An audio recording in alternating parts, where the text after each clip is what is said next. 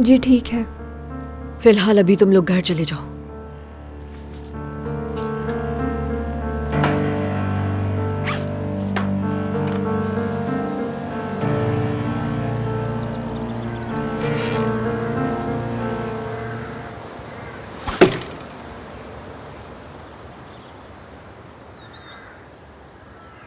शीज़ा, शीज़ा, मैं तुमसे बात कर रही हूँ।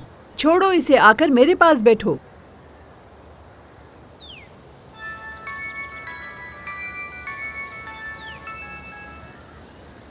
हेलो।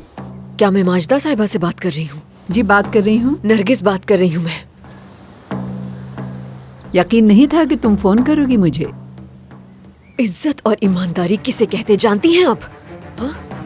क्या इस तरह से गुंडागर्दी करके आप मुझे धमका रही हैं? क्या लगता है आपको कि आपकी इन हरकतों की वजह से डर जाऊंगी मैं? अब मैं वो 19 साल की लड़की नहीं जो आपसे खौफजदा हो, याद रखें। ये क्या कह रही हो तुम? बस बहुत हो गया आपका ड्रामा। अब मेरी बात गौर से सुने।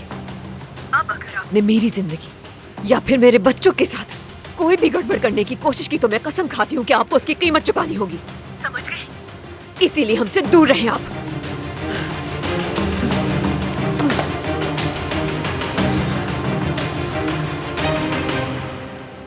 ये क्या बात कर रही है?